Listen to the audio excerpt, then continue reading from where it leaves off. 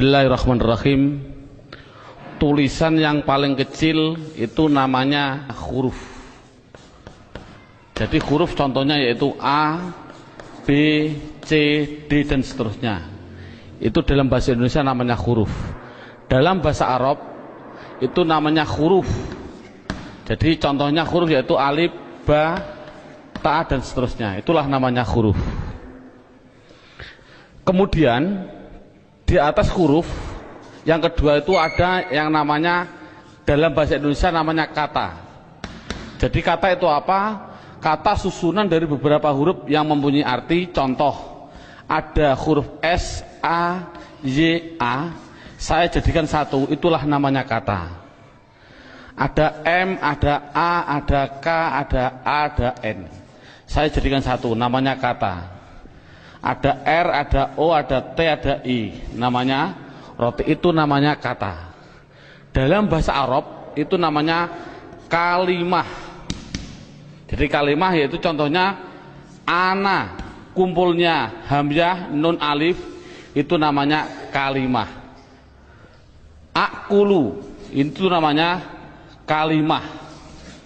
Al-khubza, itu namanya kalimah. Jadi persatu-satuannya itu namanya kalimah. Di atas kata dalam bahasa Indonesia itu ada yang namanya kalimat. Jadi kalimat itu apa? Susunan dari huruf ini dijadikan satu. Saya makan roti dijadikan satu, itu namanya kalimah. Kalimat. Dalam bahasa Arab itu ada yang mengatakan kalam, ada yang mengatakan kalim, ada yang mengatakan kaul, terserah. Metode ini adalah yang penting adalah menganalisa, mendeteksi tulisan Arab yang namanya kalimah. Itu pendahuluan. Sekarang dalam buku ini, metode ini ada beberapa bentuk. Yang pertama menggunakan yang namanya buku panduan, dan yang kedua harus menggunakan silabus, yaitu urut-urutan metode belajar mengajarnya seperti ini. Sekarang setelah anak sudah mengetahui bentuk tulisan, sekarang naik yang poin yang inti, yaitu dalam buku buka halaman 1 yang judulnya yaitu kalimah. Makanya tadi saya bilang yang terpenting anak bisa mendeteksi kalimah. Jadi kalimah itu ada 3. 1 kalimah isim, 2 kalimah fiil, 3 kalimah huruf. Anak dikasih suatu gambaran bahwasannya tulisan dalam Al-Quran di dunia, di Quran khususnya, itu ratusan ribu. Kalau di dunia itu adalah jutaan miliar, miliaran juta. Berarti jutaan miliar itu jumlah kalimah. Contoh, saya mencontohkan. Ada tulisan Arab alhamdulillahi rabbil alamin. Ini kita deteksi, yang inilah namanya kalimah. Lillahi itu namanya kalimah, Robbi namanya kalimah, alamin namanya kalimah. Padahal tulisan Arab apapun yang namanya kalimah pasti kalau tidak isim fi'il huruf. Jumlah kalimah miliaran triliun pasti hanya ada 3. Kalau contohnya alhamdulillah harus dijawab oleh anak kalau tidak isim fi'il huruf. Lillahi kalau tidak isim fi'il huruf. Robbi kalau tidak isim fi'il huruf. Alamin kalau tidak isim fi'il huruf. Selamanya. Makanya tulisan Arab di dunia itu sebenarnya hanya ada 3, yaitu isim fi'il huruf. Makanya sering saya ngasih pemikiran pada anak, tulisan apapun tulisan Arab hanya ada 3. Masuk 3 kok 3 tahun. Makanya menurut metode saya, insya Allah saya mengatakan kalau hanya ada 3 berarti per satunya itu 2 jam, makanya cukup 6 jam insya Allah praktek baca kitab. Amin Allahumma amin. Ini sekarang setelah anak sudah tahu jumlah kalimah ada 3, sekarang bagaimana saya mengetahui alhamdulillah itu isim fi'il atau huruf, lillahi itu isim fi'il atau huruf. Makanya akan saya ulas satu persatunya. Bagaimana cara mendeteksi isim itu fi'il itu huruf. dibuka pada bukunya halaman 2. Dalam bukunya halaman 2 dilihat judulnya cara mengetahui isim. Jadi cara mengetahui isim itu dengan 2 cara. Satu mengetahui artinya. Kalau memang artinya itu kok menunjukkan suatu kata benda atau suatu kata sifat, pasti itu dikatakan isim. Jadi isim itu kalau tahu artinya itu menunjukkan benda atau menunjukkan suatu sifat, pasti isim. Sama dengan fi'il nanti juga sama. Cara mengetahuinya fi'il dengan 2 cara sama. Satu mengetahui artinya. Kalau memang artinya menunjukkan suatu kata kerja, itu pasti fi'il. Nah di dunia ini kan hanya ada 3. Pasti kalau tidak kata benda, kata sifat, kata kerja. Saya contohkan, duduk itu kerja atau apa? Jawab saja, anak dites. Contoh saya bilang, duduk, isim, fi'il atau huruf? Anak akan jawab, fi'il, karena artinya kerja. Saya contohkan lagi, ada tulisan Arab, mim, sin, jim, dal. Ini tulisan Arab. Kalau tulisan Arab harus dijawab, lafal mim, sin, jim, dal, ini isim, fi'il atau huruf? Anak pasti akan menjawab isim. Tahu kok isim? Karena artinya menunjukkan suatu benda. Ini berarti kan sudah bisa anak. Saya contohkan lagi. Saya bilang ada tulisan Arab. Coba anak-anak lafal Arab ini jawab dengan 3 kategori, isim, fi'il atau huruf. Ini saya contohkan, mim, dal, ro, sin, ta. Artinya madrasah. Harus dijawab isim, fi'il atau huruf. Anak pasti akan menjawab itu isim. Tahu kok isim? Karena artinya benda. Oh 100. Jadi kalau ada apapun artinya benda atau sifat, contohnya Allahu Akbar, saya menerjemah Akbar itu artinya agung atau mulia. Ini agung itu kan suatu sifat, otomatis Akbar ini harus dijawab. Akbar itu isim, fi'il atau huruf? Anak akan jawab Akbar pasti isim. Tahu kok isim? Karena artinya itu suatu sifat. Jadi kesimpulannya adalah anak bisa mendeteksi, pertama mendeteksi isim, fi'il, huruf dari artinya. Kalau memang artinya benda atau sifat berarti isim, kalau artinya kerja berarti kalimah fi'il. Pertanyaan selanjutnya, Pak, tulisan Arab katanya miliaran triliun, di Al-Quran ada 700-an ribu. Bagaimana saya mengetahui itu isim, itu fi'il, itu huruf, padahal saya tidak tahu artinya? Oh, kalau tidak tahu artinya, lihat buku panduannya, yaitu lihat halaman 3. Dalam buku halaman 3 judulnya adalah mengetahui tanda-tanda kalimah isim. 1, kalau tidak tahu artinya, 1 harus mengetahui tanda-tandanya. Tanda-tandanya isim. Yang dimaksud tanda-tandanya adalah tanda-tandanya isim. Apa tanda-tandanya isim? Buku halaman 3, 1 yaitu dimasuki tanwin. Tanwin itu berarti baik tanwin dhammah, tanwin fathah, tanwin kasroh. Saya contohkan, hasibun, isim, fi'il atau huruf? Isim. Tahu kok isim? Karena ada tanwin. Untuk anak kecil mungkin kelas 5 diniyah, tanwin itu pasti di belakang. Tulis saja, disuruh di belakang. Bukunya tambah situ silahkan. Yang penting tanwin pasti di belakang. Baik tanwin dhammah, tanwin kasroh, tanwin fathah. Saya contohkan, hasibun. Ini tulisan Arab, harus dijawab isim, fi'il atau huruf? Artinya apa?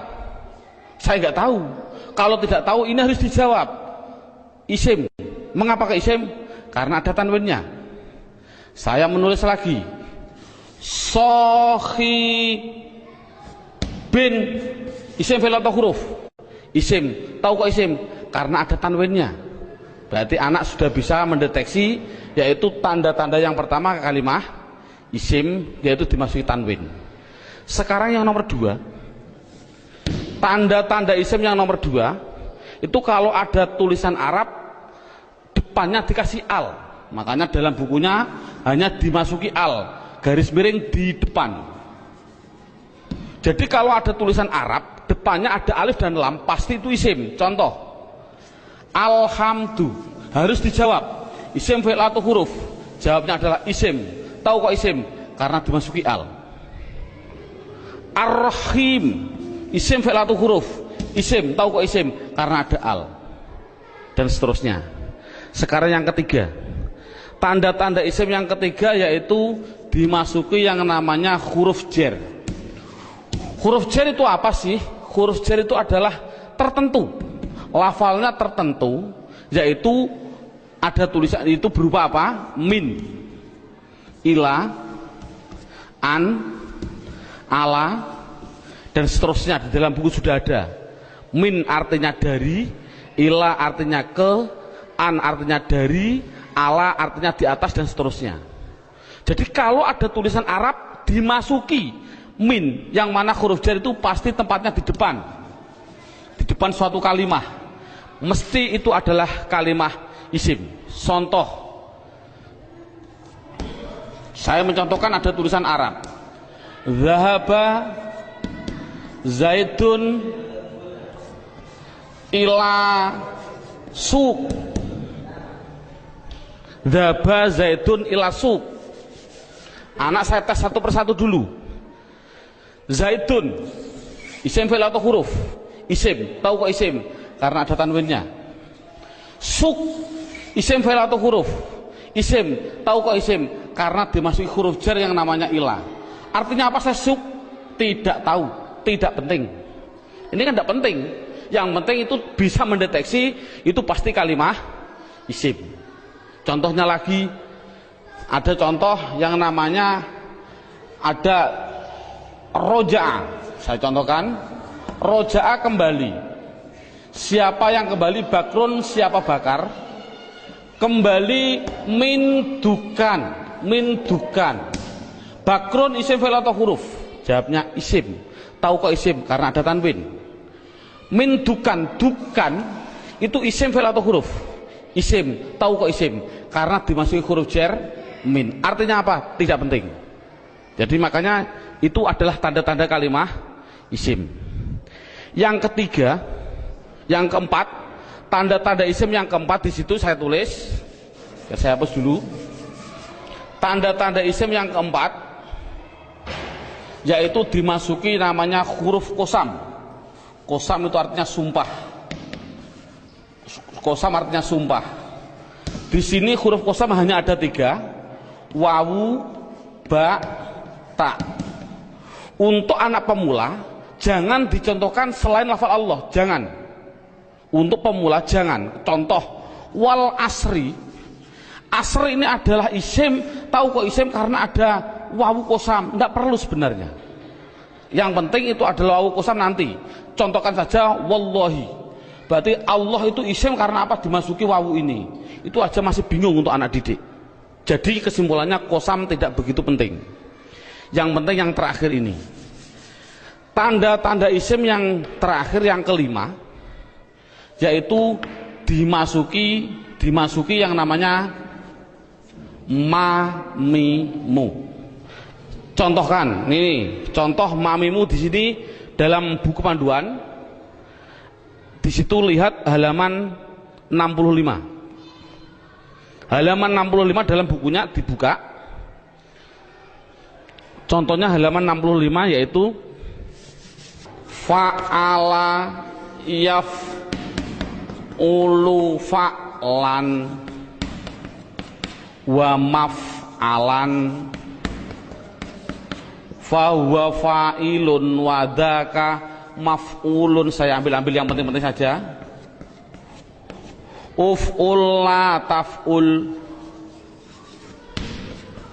maf'alun 2 kali ini, maf'alun mif'alun. Cara menerangkan pada anak bahwasannya fa'ala yaf'ulu fa'lan ini adalah dalam bahasa pramuka namanya kata sandi. Kalau dalam bahasa komputer namanya keyword atau password. Atau password, katakan saja password. Passwordnya itu apa? Itu namanya fa'ala. Karena apa? Fa'ala itu adalah hitungan hanya ada 3. 1, 2, 3. Artinya tulisan Arab di dunia, saya tadi bilang miliaran triliun itu pasti dari 3 kata dasar. Saya bilang contoh, memukul, doroba, ini namanya 1, 2, 3. Duduk, jalasa, 1, 2, 3. Menolong, nasoro, 1, 2, 3. Inilah jadi tulisan Arab itu pasti 3. Contoh fa'ala, berarti saya contohkan di atas. Makanya anak, kalau insya Allah kalau anak desa biasanya sudah bisa. Ini namanya fa fi'il, ini namanya fi'il. Sebagai kata sandi namanya fi'il.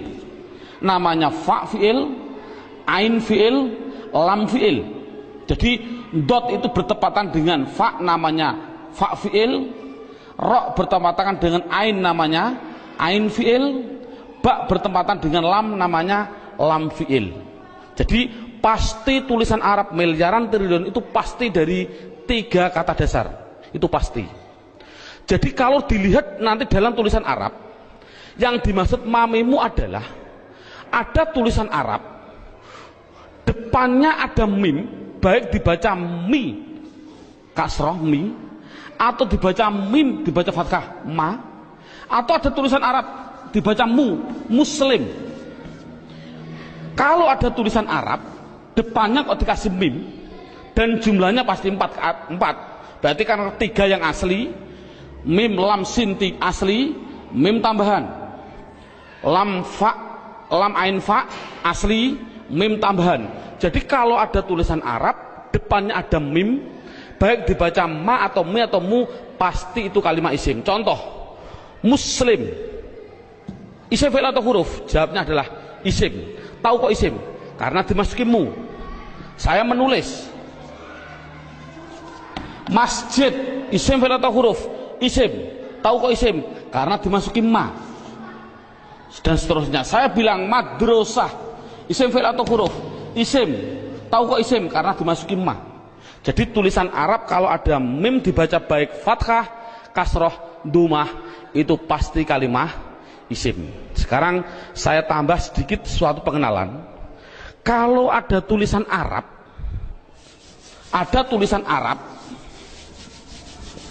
depannya saya kasih mi, contohnya mi dalam halaman 65, itu pasti menunjukkan suatu alat.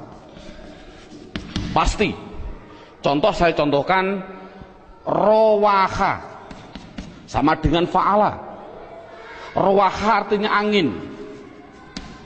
Coba kalau kasih mi bunyinya apa? Samakan dengan ini. Berarti mati hidup hidup. Rowaha kasih mi bunyinya mirwahun. Jadi mirwahun artinya adalah, karena ada mi artinya adalah alat angin. Apa alat angin? Kipas angin. Jadi kipas angin itu bahasa Arabnya adalah mirwah. Saya menuliskan lagi. Kalau ada tulisan Arab di belakangnya ada tak seperti ini, tak, pasti itu hanya tambahan, tidak akan asli. Pasti tambahan. Contoh, satoro. Satoro saya nulis artinya pinggir. Coba kalau kasih mi, bunyinya apa? Mistorun. Tapi tak ada masalah lah. Mistorotun. Apa mistorotun? Penggaris salah. Yang betul adalah alat pinggir, yaitu penggaris sama. Jadi kan sama tujuannya, semuanya. Kalau ada tulisan Arab, depannya dikasih ma, ada arti 2, yaitu mengartikan 2. Namanya menunjukkan suatu tempat atau suatu waktu, menunjukkan waktu. Tinggal pilih kondisional. Untuk guru tolong hanya sebutkan saja pasti maf'a, karena nanti dalam pendalaman ada yang namanya maf'i ada, tapi tidak perlu dicontohkan pada murid. Yang penting adalah maf'a. Kalau ada lafal maf'a, pasti tinggal pilih menunjukkan tempat atau waktu. Contoh, Darosa belajar. Coba kalau kasih ma bunyinya apa? Madrosun. Kasih tak aja lah, tidak masalah lah. Apa namanya? Madrosatun. Darosa belajar. Kalau madrosatun artinya apa? Sekolahan, jangan sekolahan. Artinya itu tempat belajar, yaitu sekolahan, sama. Semuanya seperti itu semua. Kataba menulis. Coba kalau kasih ma bunyinya apa? Maktabun. Apa maktabun? Maktabun artinya tempat menulis. Apa? Meja. Jadi meja tulis bahasa Arabnya maktab dan lain sebagainya. Ada yang mengatakan tempat nulis itu adalah kantor, boleh. Jadi maktabun kantor, boleh. Karena memang kantor itu untuk tempat menulis juga. Dan seterusnya. Setelah itu yang penting anak bisa mendeteksi kalimat isim. Ini alhamdulillah cukup sampai ini. Minimal anak bisa mendeteksi media harokat pasti isim. Karena apa? Kita semua bisa melihat yang namanya isim di media harokat itu pasti ada tanda-tandanya itu semua, kecuali satu yang namanya mudhof. Ini murid tidak perlu diterangkan. Ini khusus spesial guru, karena semua media harokat bisa dideteksi itu isim. Saya bisa mendeteksi kecuali satu, apa yang namanya mudhof. Berarti mudhof. Apa mudhof itu? Nanti tidak perlu kita terangkan pada anak. Ini yang pertama. Sekarang alhamdulillah beberapa menit sudah bisa anak bisa mendeteksi tulisan Arab yang namanya isim. Sekarang kita mendeteksi yang kedua yang namanya kalimah fi'il. Kita mendeteksi yang kedua namanya kalimah fi'il. Tadi saya bilang kalimah ada 3 isim fi'il huruf. Isim mengetahui artinya, kalau benda sifat menunjukkan benda atau sifat berarti isim. Kalau tidak tahu artinya, mengetahui tanda-tandanya. Sama dengan fi'il. Kalau mengetahui artinya, itu artinya menunjukkan suatu kerja, berarti kalimah fi'il. Tadi sudah saya terangkan. Kalau tidak tahu semuanya Pak, oh sama dengan isim, yaitu mengetahui tanda-tandanya. Lihat buku panduannya, yaitu halaman 10. Buku panduan halaman 10.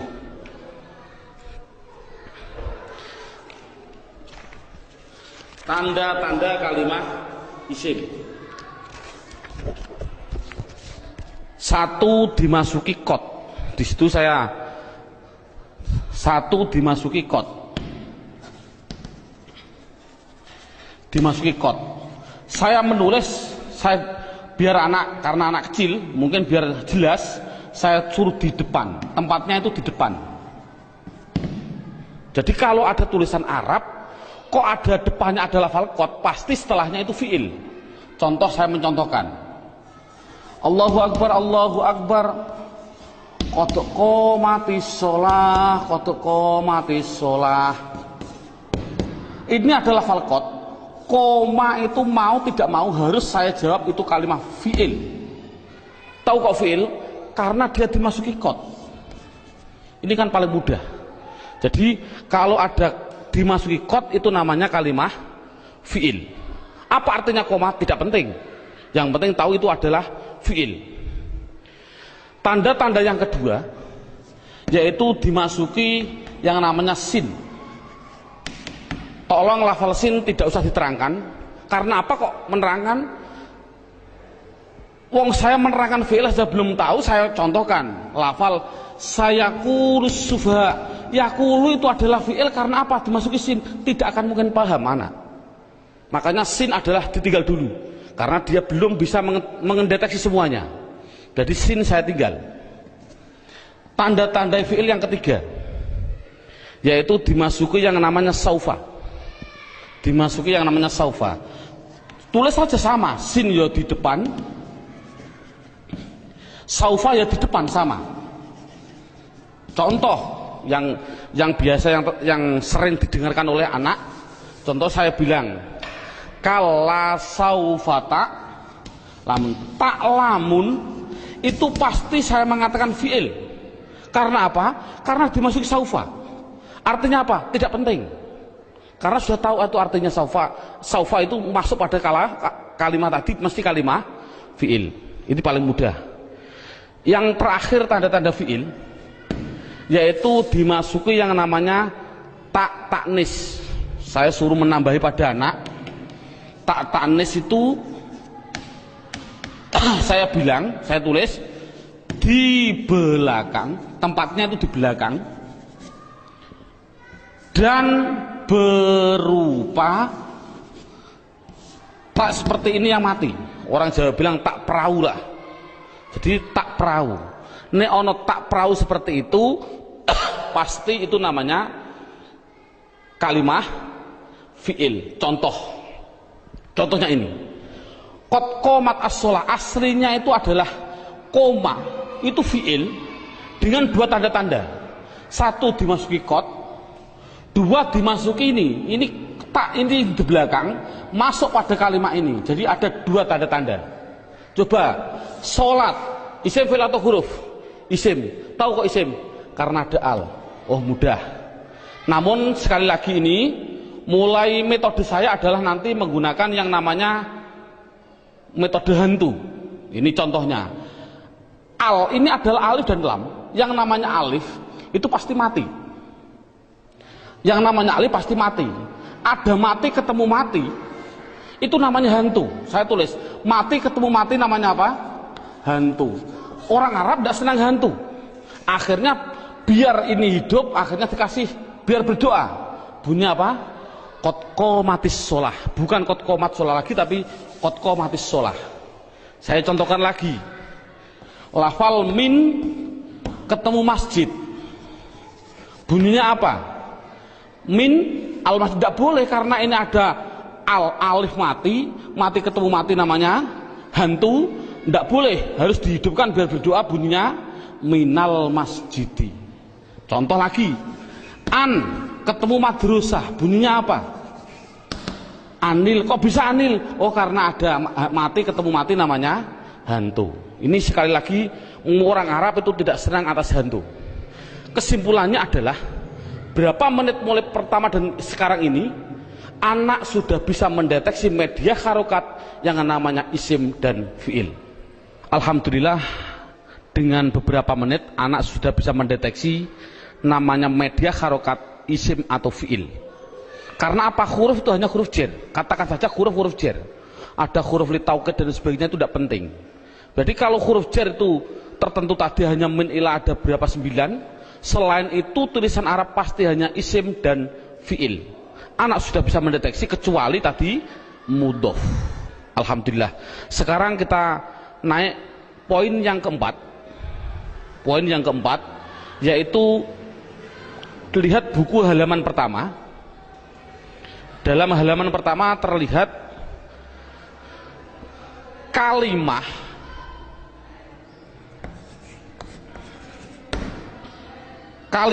isim, fiil, huruf. Ini ada gambar kalimah pasti butuh kepada yang namanya, nah ini garis horizontal namanya perlu. Dalam bahasa Indonesia namanya perlu, bahasa Indonesianya orang Jawa namanya butuh. Butuh itu kemarin saya dari Sumatera. Butuh itu artinya sama seperti di orang Kalimantan drakar. Naudzubillah, mohon maaf sekali bahasa kasar perlu. Berarti kalimah itu pasti memerlukan yang namanya i'rab. Halaman pertama dilihat, i'rab itu ada 4. Satu namanya i'rab rofa, 2 namanya i'rab nasab, 3 namanya i'rab jar, yang keempat yaitu namanya i'rab jazm. Jadi kalimah itu pasti memerlukan yang namanya i'rab. Padahal i'rab ada 4, rofa, nasab, jar, jazm. Dan perlu diketahui kalimah isim itu butuhnya hanya butuh 3, bukan 4. Fi'il butuhnya yaitu 3, bukan 4. Huruf, oh sementara huruf tidak butuh. Jadi yang butuh i'rab itu yaitu khusus yang namanya kalimah isim dan kalimah fi'il. Apa i'rab itu nanti saya terangkan. Yang penting isim itu butuh 3. Apa namanya? Dan perlu ditulis dulu. Anak harus digarisbawahi. Rofa pasti domah. Dibilang pasti. Karena pengalaman saya pada waktu kecil, Pak Guru menerangkan rofa yaitu domah wawu alif nun. Itu saya juga bingung. Makanya saya melihat dalam jurumiyah ada namanya alamat asli, menunjukkan bahwasanya anak, saya punya insting, oh berarti mengapa musonaf kok mengatakan asli domah, inilah mungkin metode saya harus mengikuti seperti ini.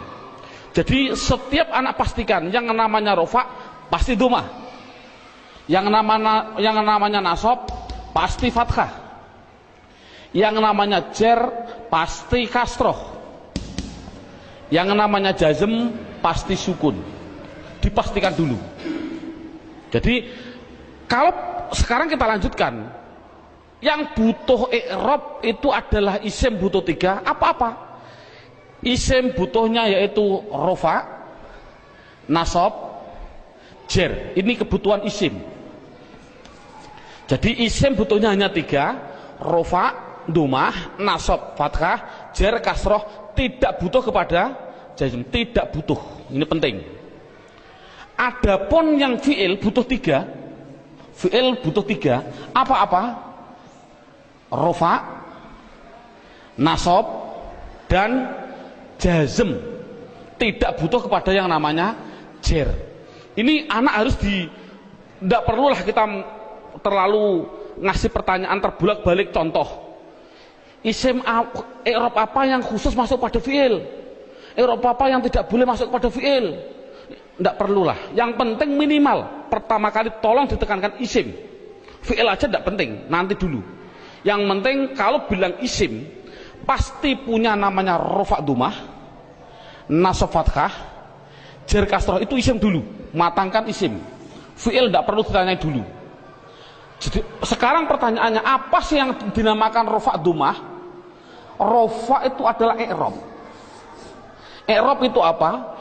I'rab adalah perubahan pada akhir kalimat atau kata, akhir kata atau kalimah dalam bahasa Arabnya tadi. Jadi kalau ada tulisan Arab, perubahan belakang itulah namanya i'rab. Contoh saya bilang, ada tulisan Arab min sim jim dal, belakangnya itu, kalau ini kan kata benda, ini kan orang tahu kata benda. Kalau benda berarti kalimah isim. Kalau isim harus dijawab, pasti butuh perubahan belakang. Kalau dia rofa ya pasti dun. Apa rofa itu nanti? Pasti dun. Kalau dia nasab berarti pasti dan. Kalau dia jer berarti din. Makanya saya tadi bilang, yang namanya i'rab, khususnya ini, i'rab itu sama dengan nahwu. Contohnya lafal ini, don dan din. Inilah belakang, ini namanya nahwu.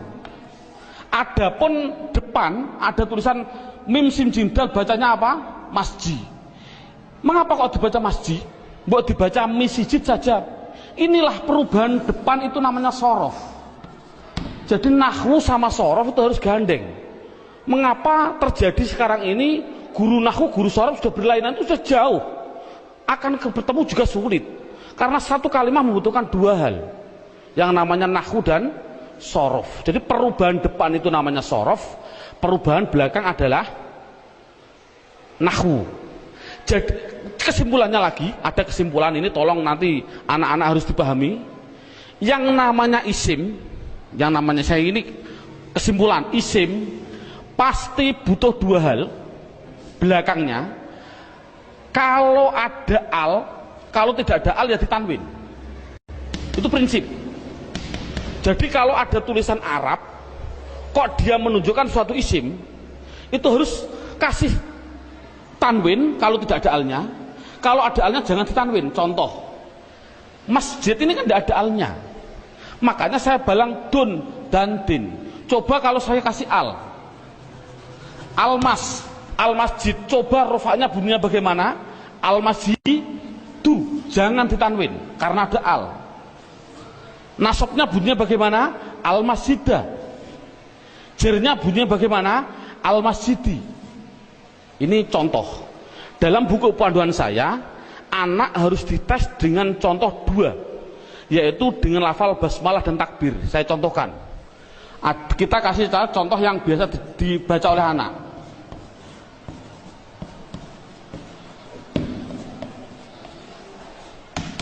Dideteksi dulu isim fi'ilnya. Coba rohim, lafal belakang ini isim fi'il atau huruf? Isim, tahu kok isim? Ada al. Rohman, isim fi'il atau huruf? Isim, tahu kok isim? Ada al. Allah, isim fi'il atau huruf? Isim, tahu kok isim? Ada al. Silahkan. Ini ada khilafiyah ulama. Ada yang mengatakan jangan bilang al. Ini adalah ismudzat, tidak boleh dirubah-rubah. Tapi ada ulama yang mengatakan memang al. Dari lafal aliha dikasih al, jadinya alifnya dikasih panjang. Allah. Nggak, untuk anak kecil biarlah itu bilang isim karena ada al, silahkan. Ismi, ini isim, tahu kok isim karena ada huruf jerba. Ini memang sulit, anak pemula memang sulit, nggak begitu penting. Yang penting dikasih tahu ismi isim karena ada huruf jar masuk. Kalau ini mengatakan isim, ini isim karena ada al, ini isim karena ada al, ini isim karena ada al. Coba harokannya gimana? Bismi, loh, saya baca kasroh, berarti dia menunjukkan rufa nasab atau jer? Jer, karena kasroh. Oh 100. Bismillahi, saya kasri hi, berarti di kasroh. Isim ada kasroh. Oh masuk, karena dia jer berarti. Mengapa kok jer? Oh nanti, belum waktunya. Bismillahirrohmani, mengapa saya bilang nih? Rufa nasab atau jer? Jer. Oh 100. Teruskan Bismillahirrahmanirrahim. Pasti anak jawab khim. Jawab saja mustahil. Karena sukun itu miliknya fi'il. Ini kan sukun. Sukun itu adalah miliknya kalimah. Sukun itu miliknya kalimah fi'il. Padahal ini isim. Berarti ini milik isim, tidak boleh. Jadi salah ada tulisan Arab Bismillahirrahmanirrahim, mimnya kok disukun, salah.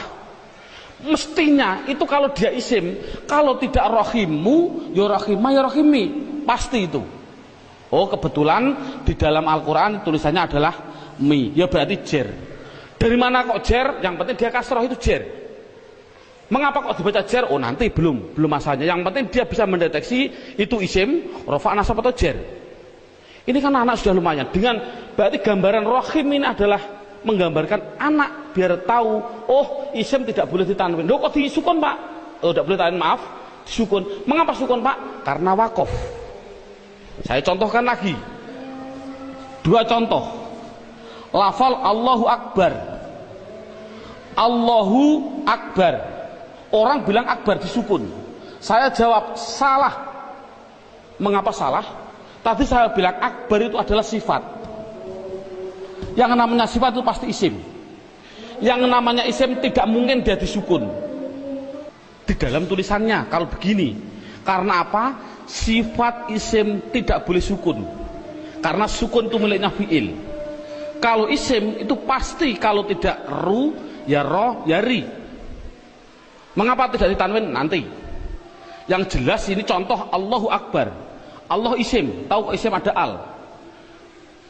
Rufa nasab atau jer? Rufa, tahu kok rufa karena dumah. Akbar yang betul adalah akbaru. Jadi mengapa kok dibilang bar? Karena wakof. Kalau nulis adalah ru yang betul. Makanya sering saya kasih pertanyaan, bagaimana hukumnya ada orang sholat bilang Allahu Akbaru, sah nggak? Jawabnya adalah sah karena nakunya seperti itu. Namun yang terbaik memang adalah wakof.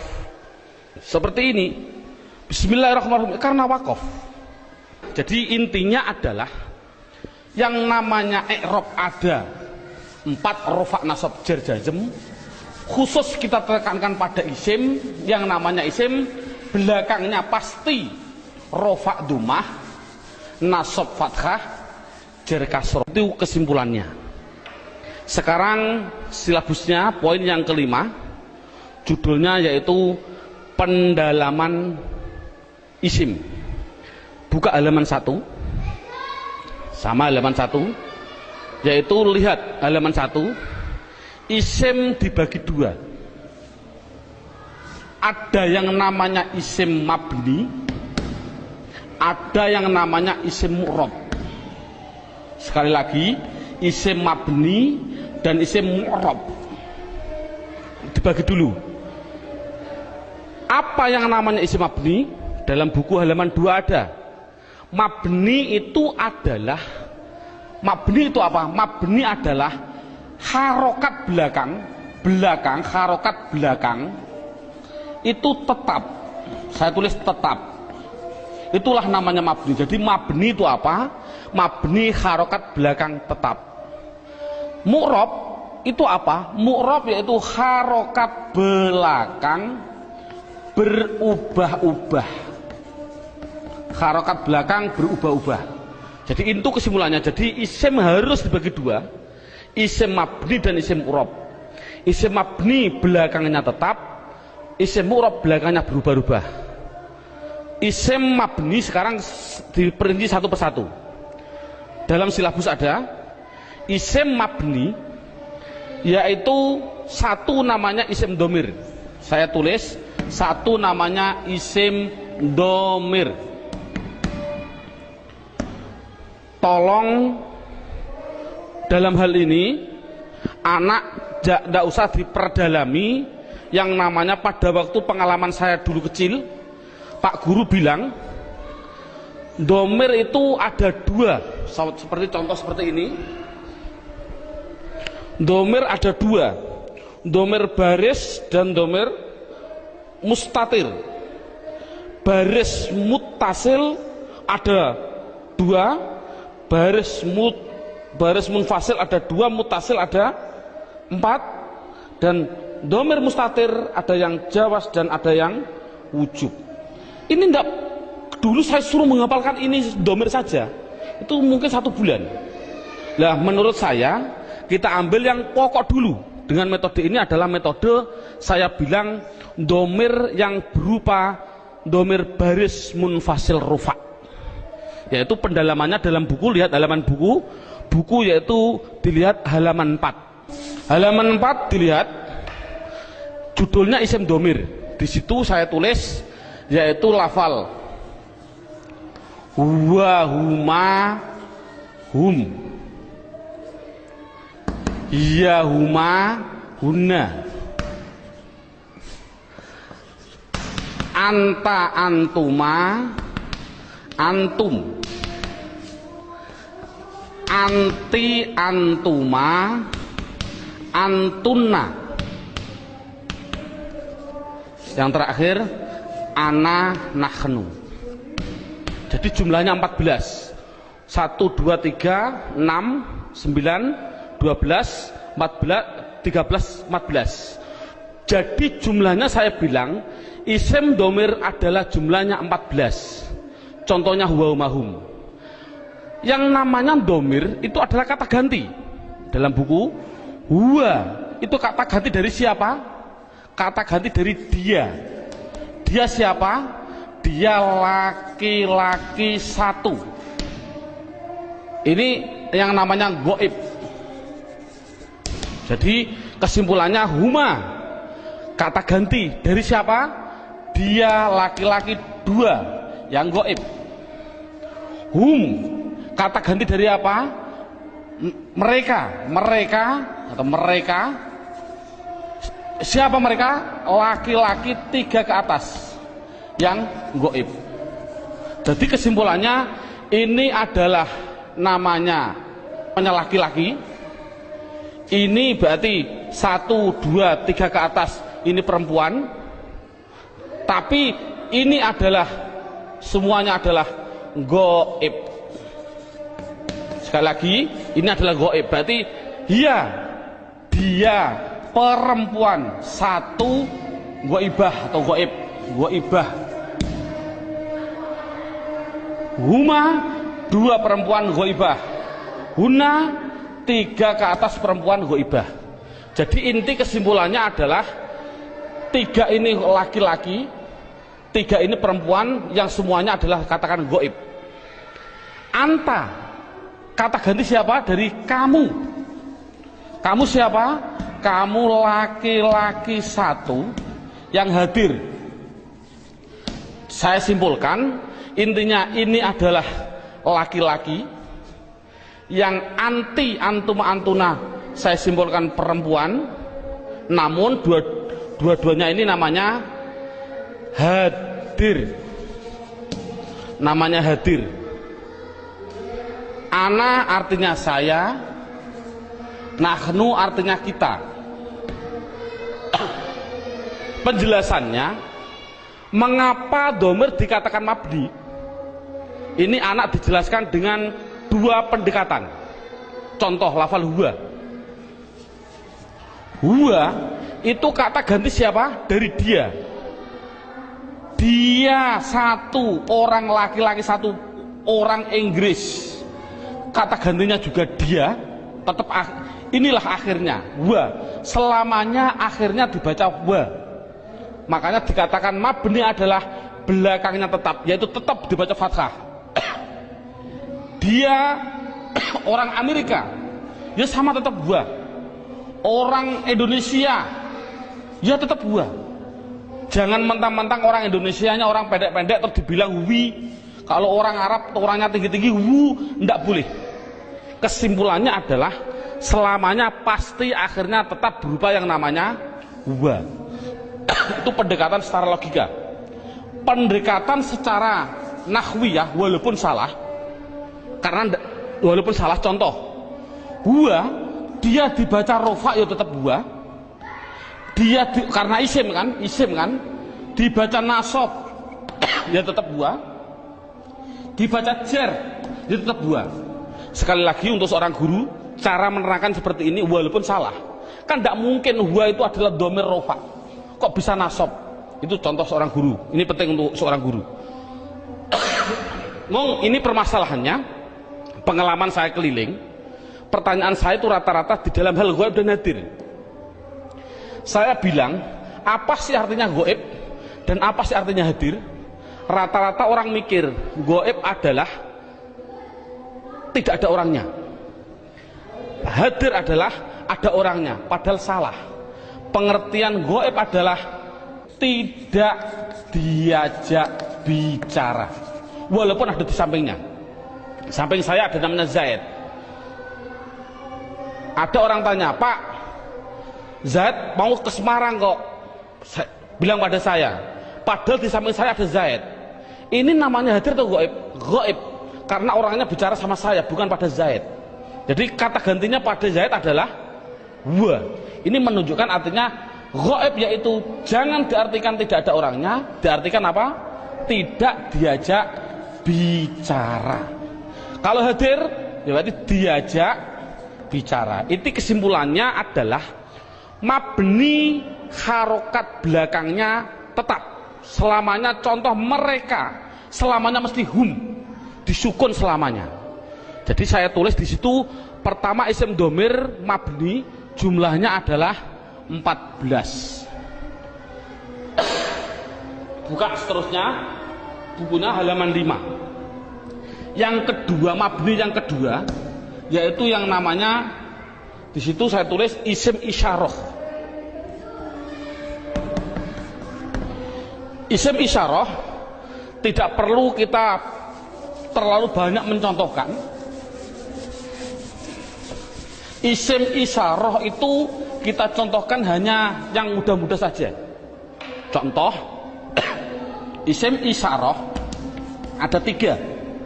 Ada yang namanya qorib, ada yang namanya wasit, ada yang namanya ba'id. Qorib artinya dekat, wasit artinya sedang, ba'id artinya jauh. Contoh orang bilang isyarat menunjukkan, qorib iki, orang Jawa bilang iki, kalau sedang iku, kalau jauh kai, itu orang Jawa bilang. Tapi kalau orang Sunda iya eta itu ya salah, itu milik orang Indonesia, bukan orang Sunda sebenarnya. Tapi orang Sunda tidak punya jauh, sama dengan kita. Ini tidak, masalahnya adalah contoh korib. Kalau laki-laki hadza, kalau perempuan hadhihi, dengan dua contoh saja ini. Contoh lafal hadza. Siapa ini? Selamanya dibaca dza, akhirnya dza. Walaupun yang ditanyakan seorang kiai, seorang gubernur, seorang presiden, tetap siapa ini? Man hadza, selamanya dibaca dza belakangnya. Jangan berupa dzi atau du. Makanya itulah namanya mabni. Saya tidak usah menerangkan wasit, bait sudah ada. Yang jelas contohnya yaitu dalam buku panduannya sudah saya tunjukkan, yaitu isim isyarah ada 3, hadza hadhihi. Kalau sedang yaitu lafal dzaka dan dalika, dzaka dan dalika, dzaka dan tilka. Saya contohkan dzaka dan tilka. Kalau jauh saya contohkan hanya 2, dalika dan ulaika. Jadi jumlahnya yaitu ada berapa? Dalika, ulaika. Jumlahnya berapa? 1, 2, 3, 4, 5, 6. Saya katakan isim isyarah jumlahnya adalah hanya 6. Walaupun nanti pendalamannya banyak. Seorang guru tolong hanya seperti itu dulu. Terusnya mabni yang ketiga yaitu yang namanya isim mausul. Buka dalam bukunya halaman yang ke isim mausul, kata sambung. Datanglah Zaid, yang mana ja'a Zaidun alladzi. Ini isim mausul itu hanya tertentu, lafalnya tertentu. Sudah dalam bukunya ada, yaitu lafal alladzi, alladzina, alladzi, alladani, alladina. Contoh saya tidak usah nulis. Mohon dilihat contoh ini, isim mausul tertentu. Alladzi, alladani, alladina, allati, allatani, allati. Cukup sebutkan hanya 6 saja, yaitu biar anak hanya tahu isim mausul jumlahnya hanya ada 6. Mabni yang keempat. Mabni yang keempat yaitu yang namanya isim istifham. Istifham. Istifham itu pertanyaan. Di situ saya menulis, tidak usah saya tulis biar waktunya lebih singkat. Yang penting guru bisa menerangkan. Yaitu di situ saya tulis hanya man, mundu, madza, mata, ayana, aina, kaifa, anna, kam, dan ayu. Jumlahnya saya tulis itu hanya 10. Jadi istifham hanya ada 10. Yang keempat, yang ke mabni yang kelima, yaitu namanya isim syarat. Syarat itu apabila, jikalau, andai kata, itu namanya syarat. Saya tulis dalam bukunya biar lebih singkat. Lafalnya tertentu. Man, ma, mahma, mata, ayana, aina, anna, haisuma, kaifama. Jumlahnya yaitu hanya ada 9. Yang terakhir yang nomor 6, yang namanya isim fi'il. Ini loh, namanya isim fi'il. Kadang-kadang orang bingung. Di situ ada isim fi'il madhi, isim fi'il mudhari', isim fi'il amar. Yang penting contohnya saya bilang isim fi'il amar, isim fi'il amar. Contohnya lafal amin, amina.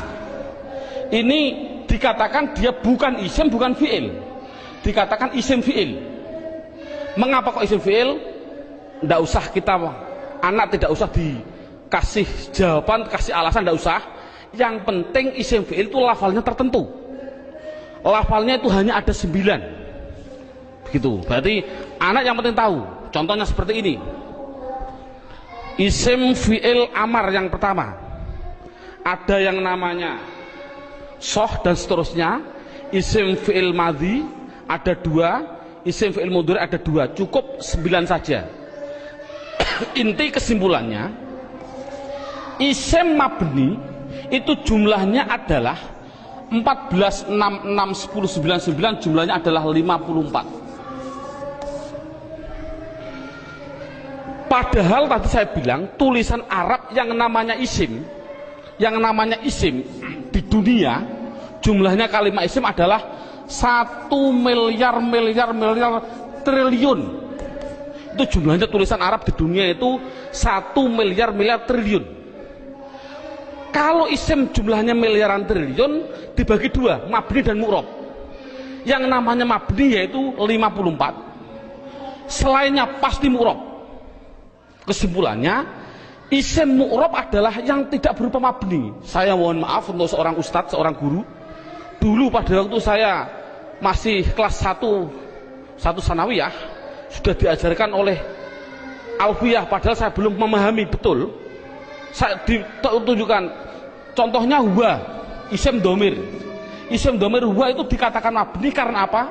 Karena yang namanya mabni adalah serupa dengan huruf. Mu'rob tidak serupa dengan huruf. Jadi yang namanya mabni serupa dengan huruf. Serupa di dalam apanya? Ada sibe wat'i, sibe iftikori, sibe. Tidak perlulah kita sementara, nanti dulu. Yang penting anak bisa, yang namanya mabni pasti tertentu lafalnya, dan dia pasti serupa dengan huruf. Makanya tidak usah kita menjelaskan alasan-alasan dulu. Biarlah nanti seorang ustadz kalau dia sudah belajar alfiyah. Ini metode awal. Jadi saya simpulkan, kalau tulisan Arab yang namanya isim jumlahnya 1 miliar triliun, mabni 54, berapa jumlah mu'rob? Jumlah mu'rob ya miliaran triliun dikurangi 54. Kalau kita nulis persen, ya mungkin 0,000 nafas hampir habis baru 1%. Jadi anak mudah. Isim domir ada 14, isim isyarah ada 6. Contoh, alhamdu, isim fi'il atau huruf? Isim. Tahu kok isim? Ada al. Kalau tahu isim harus dijawab, dia masuk kategori mabni atau mu'rob, harus dijawab. Jawabnya apa? Anak dibilang ini pasti mu'rob. Karena apa kok mu'rob? Karena lafal alhamdu tidak ada pada mabni yang jumlahnya 54. Itu kan paling mudah. Berarti semua tulisan Arab kalau tidak ada di 54 ya pasti mu'rob. Berarti mu'rob miliaran triliun. Jadi makanya anak suruh menghafalkanlah. Arti tidak perlu nanti dulu. Yang penting anak bisa mendeteksi.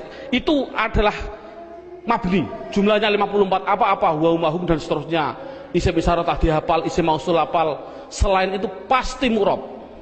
Contoh lagi, alhamdulillahi rabbil alamin. Isim fi'il atau huruf? Isim. Tahu kok isim? Ada al. Kalau isim, jawab mabni atau mu'rob? Itu pasti pertanyaannya itu harus. Jawabnya adalah mu'rob. Tahu kok mu'rob? Karena tidak ada di mabni, gitu saja. Paling simpel. Mengapa kok mu'rob? Karena tidak ada di mabni. Insya Allah anak akan bisa. Berarti bisa mendeteksi media harokat itu isim, mabni atau mu'rob. Semuanya. Mulai dari bismillah, mu'rob karena tidak ada di mabni. Bismillahi Allah, mu'rob karena tidak ada di mabni. Bismillahirrahman, Rahman mesti mu'rob karena tidak ada di mabni. Rahim mu'rob karena tidak ada. Mudah. Jadi anak sudah bisa mendeteksi itu mabni dan itu mu'rob. Sekarang pendalaman yang terakhir, pendalaman isim yang terakhir yaitu di dalam hal mu'rob. Dalam buku panduannya lihat halaman 8. Lihat halaman 8. Halaman 8 sudah tertulis, saya tulis di situ. Halaman 8. Halaman 8 sama halaman 1 sama. Sekali lagi, halaman 8 dan halaman 1 adalah sama. Yang namanya mu'rob itu tadinya ada 6. 6 jumlah total 54. Sekarang enggak, yang namanya mu'rob 1 ada yang namanya mufrad, 2 ada yang namanya tasniyah, yang ketiga ada yang namanya jamak mudzakkar salim, yang keempat ada yang namanya jamak muannas salim, yang kelima, nah ini saya batasi cukup mu'rob, yang penting anak bisa 4, mufrad tasniyah jamak mudzakkar salim jamak muannas salim. Yang kelima sampai yang ke-9 tidak penting. Yang kelima sampai yang ke-9 tidak penting. Sekali lagi metode ini adalah tidak penting. Karena apa? Karena mu'rab yang 4 ini itu sudah mendominasi dalam tulisan Arab, 80% dari tulisan Arab itu pasti terjadi dari 4. Makanya anak harus ditekankan di dalam 4 tadi. Berarti sekali lagi, mu'rab yang jumlahnya miliaran triliun dikurangi 54 itu harus dimasukkan di antara 4 ini. Berarti di antara 4 ini mufrad, tasniyah, jamak mudzakkar salim, jamak muannats salim. Sekarang anak diterangkan apa sih yang namanya isim mufrad. Lihat ini, mufrad itu bahasa Arab. Artinya apa mufrad? Artinya satu. Baik dia seorang laki-laki atau perempuan, pokoknya satu, itu nama bahasa Arabnya mufrad. Tasniyah itu bahasa Arab. Apa sih artinya tasniyah? Tasniyah itu artinya 2. Baik dia seorang laki-laki atau perempuan. Yang ketiga namanya jamak mudzakkar salim. Jamak itu artinya banyak, banyak itu artinya 3 ke atas, 3 plus. Mudzakkar artinya laki-laki, salim artinya selamat, berarti laki-laki yang selamat. Ngono selamat cara jani. Yang keempat, jamak muannats salim. Jamak artinya 3 ke atas, muannats artinya perempuan, salim selamat. Jadi sementara anak dites dengan bahasa Jawa atau bahasa Indonesia, disuruh mengarabkan. Contoh saya bilang, coba saya bilang 2 buku itu mufrad atau tasniyah atau jamak mudzakkar salim atau jamak muannats salim? Jawab tasniyah. Tahu kok tasniyah? Karena artinya 2. Saya bilang 5 bakar, mufrad, tasniyah atau jamak mudzakkar atau jamak muannats? Jawab jamak mudzakkar salim. Karena apa? Artinya 5, 3 ke atas, zaid adalah, bakar adalah laki-laki. Jadi anak sudah bisa dites dengan bahasa Jawa, disuruh membahasa Arabkan. Contoh sekali lagi, 2 zaid tasniyah, 5 bakar jamak mudzakkar salim, 10 hindun, hindun itu perempuan, jamak muannats salim. Bakar 1 artinya mufrad, Zainab 1 artinya mufrad bahasa Arabnya. Nah, kalau ada tulisan Arab kok tidak berupa mabni yang jumlahnya 54, pasti harus dimasukkan mu'rab. Kalau mu'rab harus dimasukkan di antara 4 ini, harus apa mufrad, apa tasniyah, apa jamak mudzakkar salim, apa jamak muannats salim, pasti harus masuk semua tulisan mu'rab.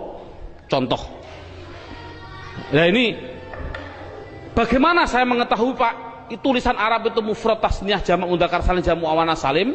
Lihat bukunya halaman 8. Kalau ada tulisan Arab,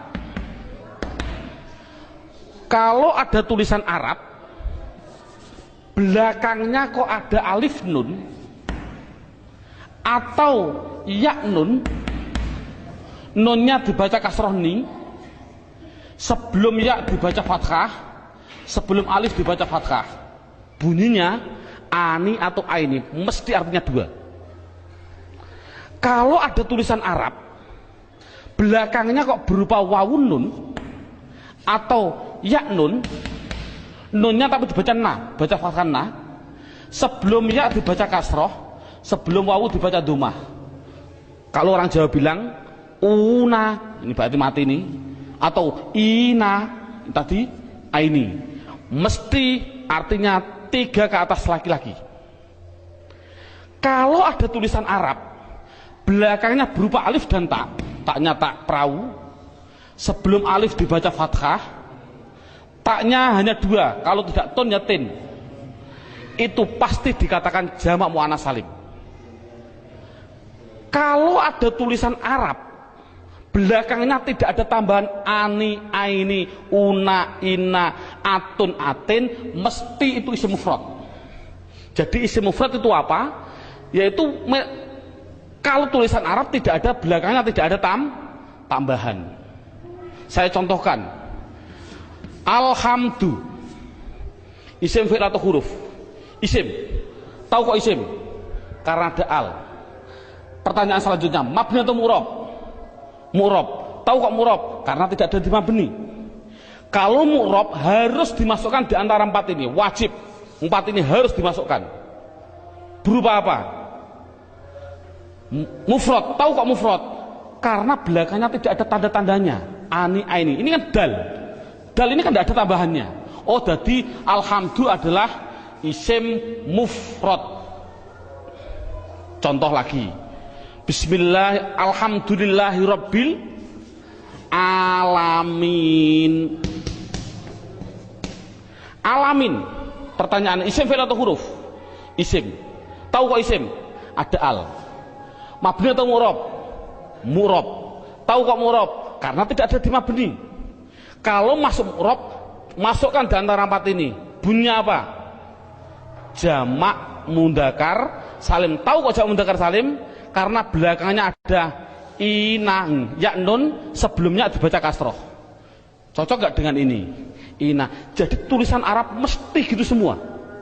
Kalau mu'rob pasti harus masuk kategori di antara 4 tadi. Ini alhamdulillah berapa jam ini anak sudah bisa 100% mendeteksi isim dan mengkategorikan di antara mabni dan mu'rob. Subhanallah, sudah bagus. Ini untuk apa isim tadi? Oh, nanti. Itu adalah setelah 3 jam. Kita istirahat dulu.